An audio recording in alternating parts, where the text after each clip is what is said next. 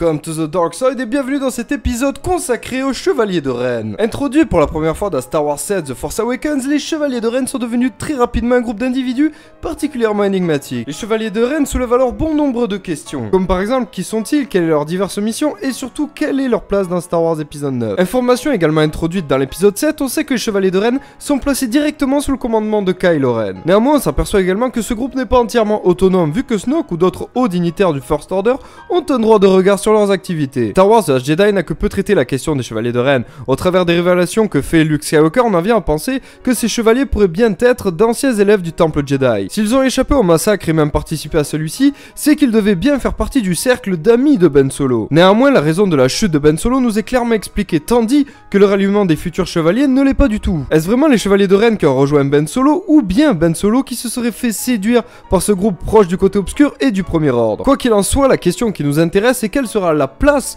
ou bien l'impact des Chevaliers de Ren dans l'épisode 9. Après la mort de Snoke, Kylo prend le commandement du Premier Ordre. Cependant, on peut voir au travers de personnages comme Hux que cette prise de pouvoir brutale n'est pas du goût de tout le monde. Kylo Ren n'apparaît pas comme légitime aux yeux de l'armée notamment. Les Chevaliers de Ren pourraient donc être l'appui sur lequel Ren pourrait bâtir un régime à son image, c'est-à-dire brutal, paranoïaque et répressif. Dans ce cas de figure, les Chevaliers de Ren apparaîtraient comme les prétoriens sous l'Empire romain. Je m'explique, si l'on prend l'exemple de Commode, empereur de Rome, celui-ci, comme tant d'autres, avait payé les prétoriens lors de son intronisation. Cet acte lui a donc permis de maintenir l'armée ainsi que bon nombre de personnes de pouvoir sous sa botte. Lors de The Last Jedi, on a bien vu que le Premier Ordre souffrait de dissensions internes, une situation voire une crise qui pourrait bien faire intervenir les Chevaliers de Ren d'une nouvelle manière. Hux ayant l'appui de l'armée mais pas forcément celui des hauts dignitaires et cherchant à contrebalancer Ren, il pourrait bien s'allier aux Chevaliers de Ren qui logiquement ne pourraient que vouloir la tête du véritable assassin de Snoke. L'épisode 9 serait dès lors explosif avec une intrigue interne et externe au Premier Ordre. Ce soulèvement des chevaliers et de l'armée pourrait d'ailleurs être le facteur déclenchant